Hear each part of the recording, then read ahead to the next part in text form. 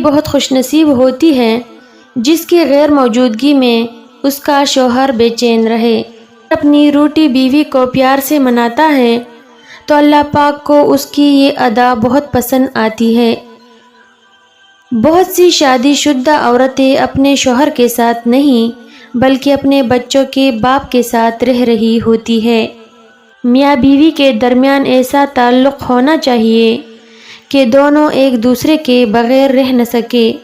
ایک عورت شرٹ کے ٹوٹے بٹن سے لے کر مرد کے ٹوٹے دل تک جوڑنے کا ہنر رکھتی ہے۔ عورت کی محبت اگر حد سے بڑھ جائے تو مرد بے وفا ہو جاتا ہے۔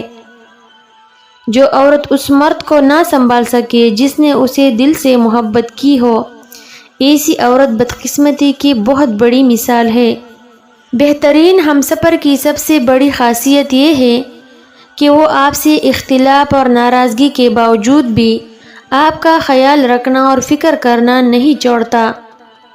جب کوئی عورت آپ کو نظر انداز کر رہی ہو تو اس کا مطلب یہ نہیں کہ وہ آپ سے نفرت کرتی ہے، اس کا مطلب ہے اس کا دل دکھا ہے۔ شوہر یا بیوی کا ایک دوسرے کو توجہ اور وقت نہ دینا رشتے میں کمزوری پیدا کرتا ہے۔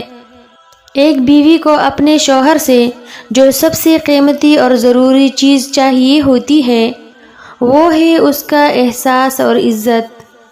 آدمی پہلے عورت کو ستا کر نیم پاگل کر دیتے ہیں اور پھر کہتے ہیں کہ ہمارا ایسی ذہنی مریضہ کے ساتھ گزارا نہیں ہوتا۔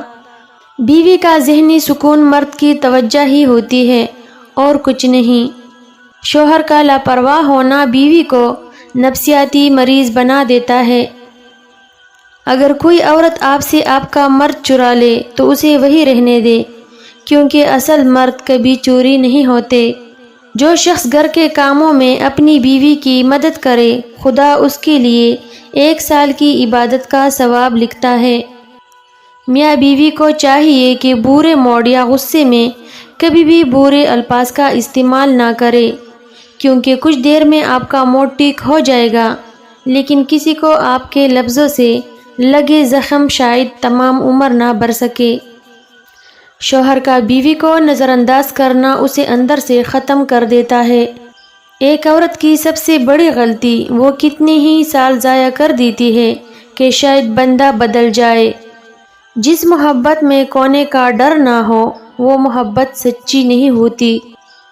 محبوب بلا وجہ ناراض ہونے لگے تو سمجھ جائیے وہ اداس ہے، اسے آپ کی محبت کی ضرورت ہے۔ لڑنے کی بجائے اسے خوب پیار دینا سمجھدار خاتون کی نشانی ہے۔ عورت بجائے خود ایک بہت بڑی طاقت ہے، اتنی بڑی کہ مرد کو پیدا کرتی ہے۔